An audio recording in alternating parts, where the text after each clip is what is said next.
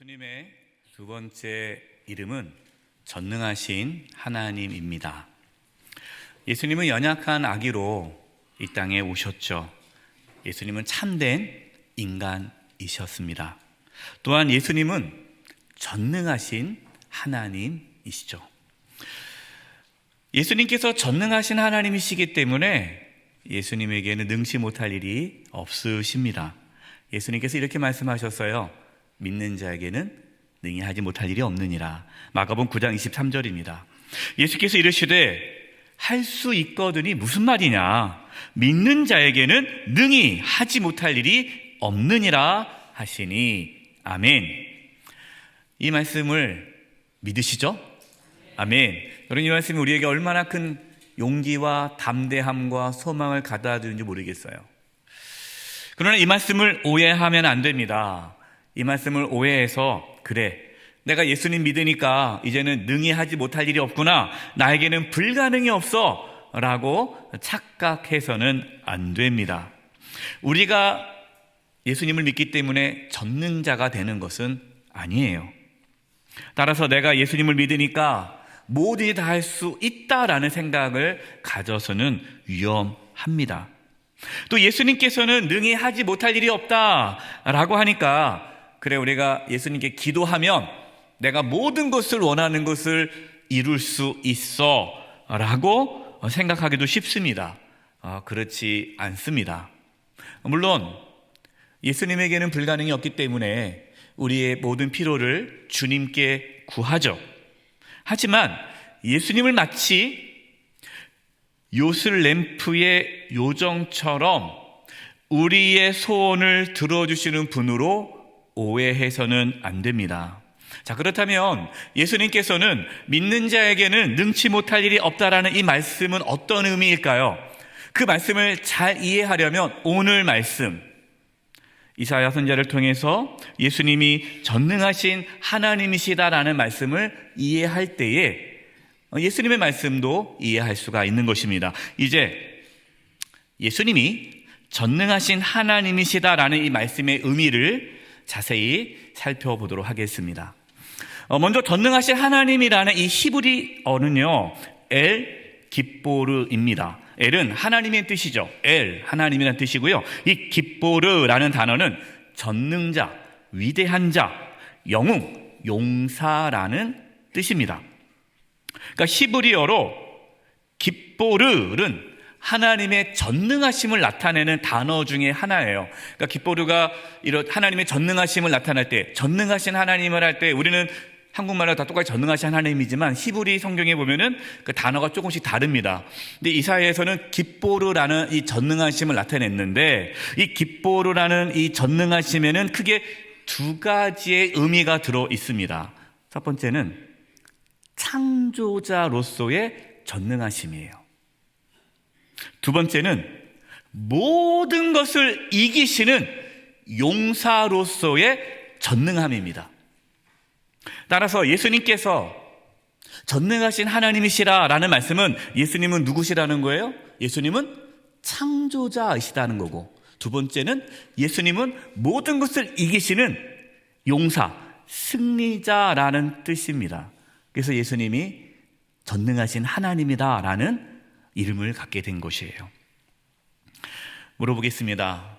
첫 번째로, 예수님께서 창조자이심을 믿으십니까? 아멘. 골로새서 1장 16절에 이렇게 말씀합니다.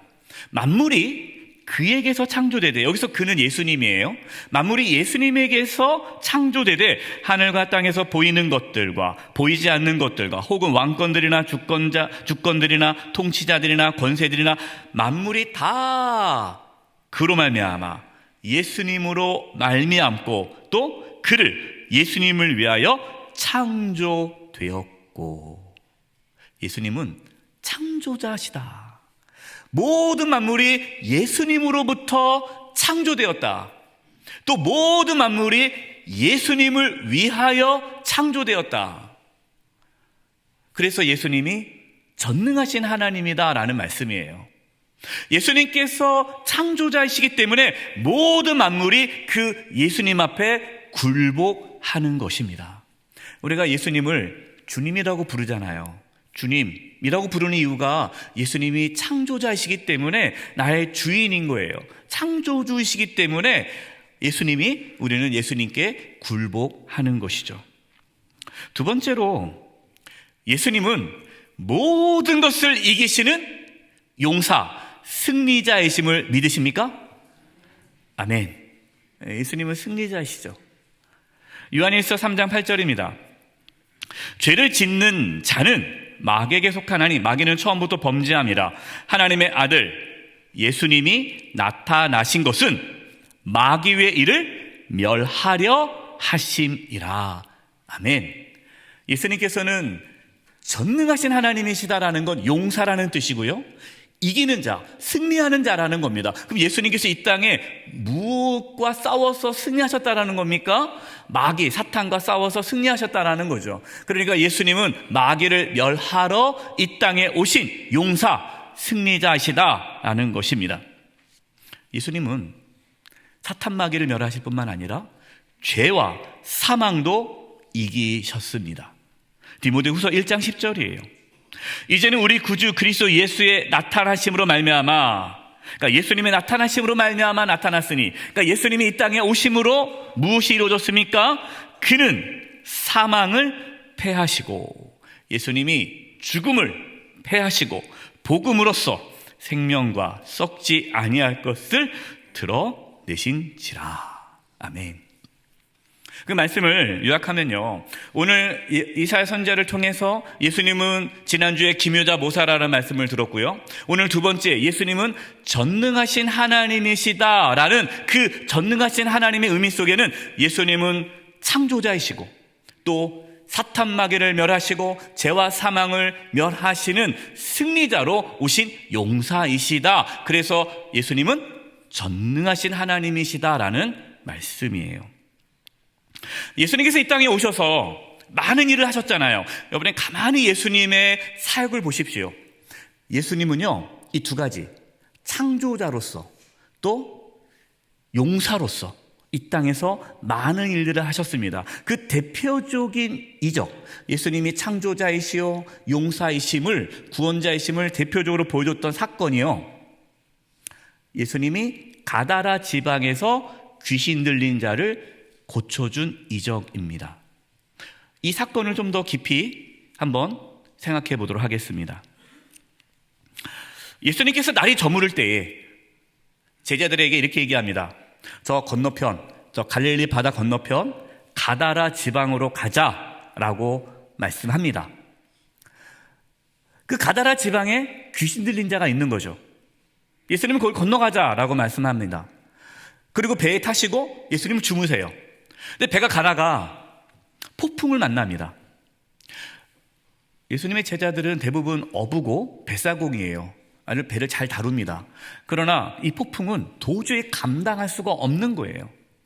이제 물이 계속 들어옵니다. 이제 곧 죽게 생겼어요. 그런데 예수님은 주무시고 계시는 거예요. 제자들이 화가 났습니다. 우리가 죽게 되었는데 예수님은 이렇게 잠만 주무시다니. 그래서 예수님을 깨웁니다. 예수님, 너무한 거 아닙니까? 우리가 다 이렇게 죽게 되었는데 잠만 주무시고 뭔가 좀 해보십시오. 어떻게 이럴 수 있습니까? 예수님이 딱 일어나셔서 어떻게 하십니까? 마가복음 4장 39절이에요. 예수께서 깨어 바람을 꾸짖으시며 바다 너러 이르시되 잠잠하라, 고요하라 하시니 바람이 그치고 아주 잔잔하여지더라. 아멘. 놀라운 일이 벌어졌어요. 예수님이 바람을 꾸짖습니다. 바다 보고 잠잠하라 하니까 그냥 그 순간 잠잠해져 버렸어요.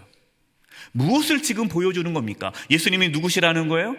예수님이 창조자, 모든 만물이 예수님 앞에 굴복하기 때문에, 예수님이 전능하신 하나님, 창조자이심을 보여주는 이적이에요.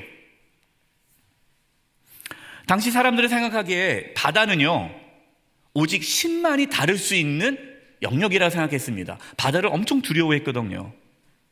근데 예수님이 창조자, 전능하신 하나님을 보여준 거죠. 그러면서 예수님은 제자들을 책망하셨습니다. 마가복음 4장 40절이에요. 이에 제자들에게 이르시되 어찌하여 이렇게 무서워하느냐? 너희가 어찌 믿음이 없느냐 하시니. 예수님은 제자들을 책망했습니다. 믿음이 없다라고 책망했어요. 근데 이 본문을 가지고 팀 켈러 목사님은 왕의 십자가라는 책에서요, 너희가 어찌 믿음이 없느냐라는 이 예수님의 책망에 대해서 이렇게 글을 쓰고 있습니다. 나는 팀 켈러 목사님이죠. 나는 이 물음을 너희는 무엇에 믿음을 두느냐로 해석하고 싶다. 이 물음은 믿음의 강도가 아니라 믿음의 대상이 중요하다는 뜻이다.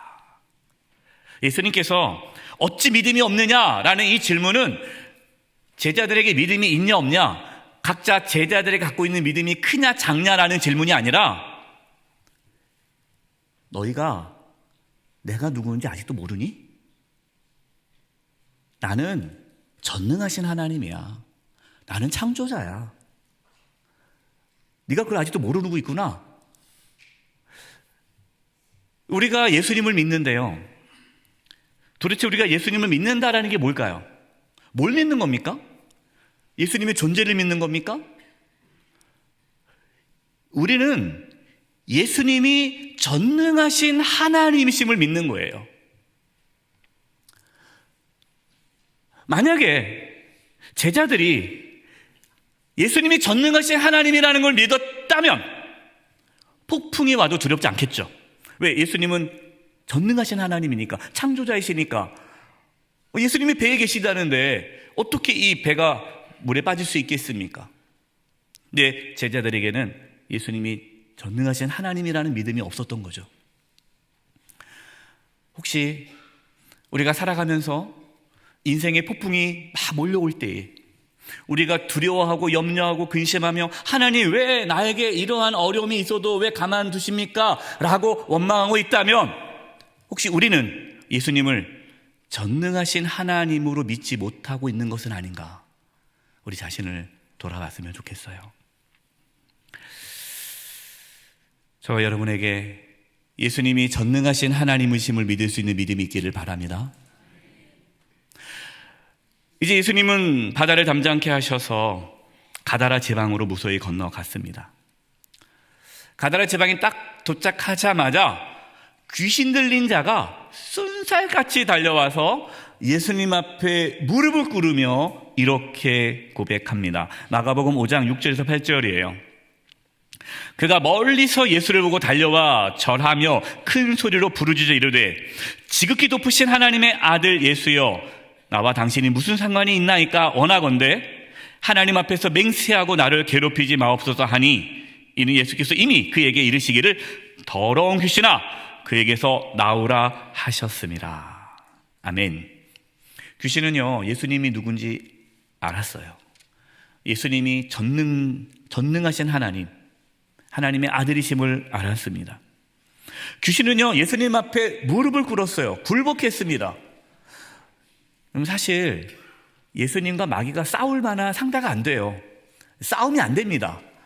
그냥 마귀 사탄은요, 예수님 앞에 굴복할 수밖에 없어요. 그래서 부탁을 하는 겁니다. 자기를 괴롭히지 말아달라고. 왜 부탁합니까? 예수님께서 이 더러운 귀신아 나오라 라고 말씀하셨기 때문에 살려달라고 부탁하는 거예요. 예수님께서 이 땅에 오신 이유는 사탄 마귀를 멸하러 오셨잖아요. 용사로 오신 거예요. 예수님께서 왜 이 땅에 오셔서 귀신 들린 자들을 고쳐주셨습니까? 예수님께서 마귀를 멸하시러 오셨다는 보여주기 위해서고요. 예수님께서 마귀를 멸하셨다라는 것은 죄와 사망을 이기기 위해서, 이기시는 분임을 보여주기 위해서 사탄 마귀를 물리치신 거죠. 또 중요한 말씀을 드릴 텐데요, 예수님께서 전능하신 하나님이시다라는 이 말씀은 예수님이 사탄 마귀를 멸하시고 죄와 사망을 이기심으로 세상을 구원하시는 구원자이시다라는 뜻이에요. 이 부분을 잘 생각하시기 바랍니다. 우리가 처음에 서두에 예수님께서 뭐든지 그냥 다 할 수 있으니까 예수님은 전능하시다, 우리는 이런 생각을 하잖아요. 전능하신 하나님, 그러니까 하나님은 능치 못할 일이 없어. 예수님도 전능하셔? 예수님이 능치 못할 일이 없구나. 단지 그냥 모든 일을 할 수 있다라고만 막연하게 생각하는데, 그 전능하신 하나님의 깊은 뜻은 예수님은 구원자이시다라는 뜻이에요. 이 부분을 잘 보여주는 말씀이 스바냐 말씀입니다. 스바냐 3장 17절 말씀이에요. 이 말씀이 왜 중요하냐면, 제가 읽어드리겠습니다. 너희 하나님 여호와가 너희 가운데 계시니 그는 구원을 베푸실 누구시라? 전능자시라. 여기 전능자라는 단어 나오죠. 이 시브리 성경에 이 깁보르라는 이 전능자라는 단어가요, 많이 안 나옵니다. 가끔 나와요. 아주 드물게 나오는데, 그 하나가 아까 읽었던 이사야 9장 6절에 예수님에게 전능하신 하나님일 때 이 전능자라는 단어를 깁보로 썼는데, 이 스바냐 3장 17절에도 이 단어를 쓰고 있어요. 무슨 의미냐? 이 전능자라는 것은 앞에 구원을 베푸실 전능자시라. 그러니까 하나님의 전능함이 구원을 이룬다라는 거예요. 예수님이 전능하신 하나님이시다라는 말씀은 예수님은 구원자이시다라는 의미인 거예요. 자, 이제 중요한 말씀을 드리도록 하겠습니다. 지금 집중해서 말씀을 듣고 있는데요, 더 집중해서 말씀을 들어주셨으면 좋겠어요. 예수님께서 바다를 잠잠케 하셨죠. 왜 잠잠케 했을까요? 예수님께서 귀신 들린 자를 고쳐주셨습니다. 왜 고쳐주셨을까요? 이유는 하나예요. 그 귀신 들린 자를 새롭게 하기 위해서입니다. 귀신 들렸던 자는요, 예수님을 만남으로 완전히 새로운 삶을 살기 시작했습니다. 누가복음 8장 35절에 이렇게 말씀하고 있어요. 사람들이 그 이루어진 일을 보러 나와서 예수께 이르러 귀신 나간 사람이, 아까 귀신 들렸던 자가 옷을 입고 정신이 온전하여 예수의 발치에 앉아있는 것을 보고 두려워하거늘. 귀신 나간 사람은요, 정신이 돌아왔어요. 옷을 입었습니다. 예수님의 발치에 앉았습니다. 예수님의 발치에 앉았다는 게 무슨 말입니까? 그는 그 전에 귀신에 사로잡혀 살았잖아요. 귀신에 조종되어 살았잖아요. 근데 지금은 예수님 발 앞에 앉아있다. 예수님을 따르는, 예수님을 주님으로 모시는, 예수님의 지배를 받는 자가 되었다라는 거예요.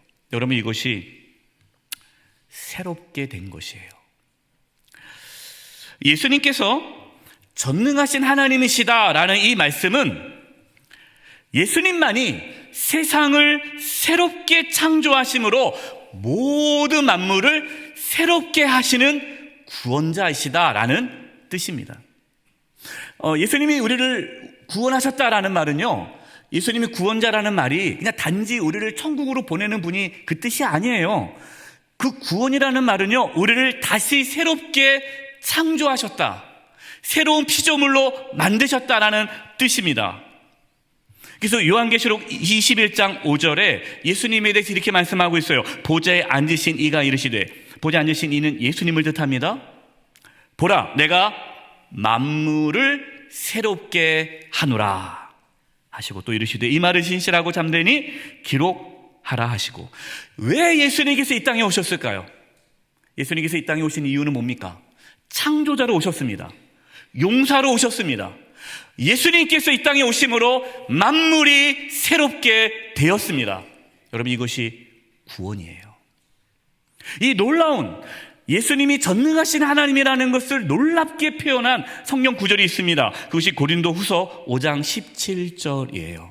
우리 이 말씀 너무 중요하니까 같이 한번 읽어보겠습니다. 시작. 그런즉 누구든지 그리스도 안에 있으면 새로운 피조물이라. 이전 것은 지나갔으니 보라, 새 것이 되었도다. 할렐루야, 아멘.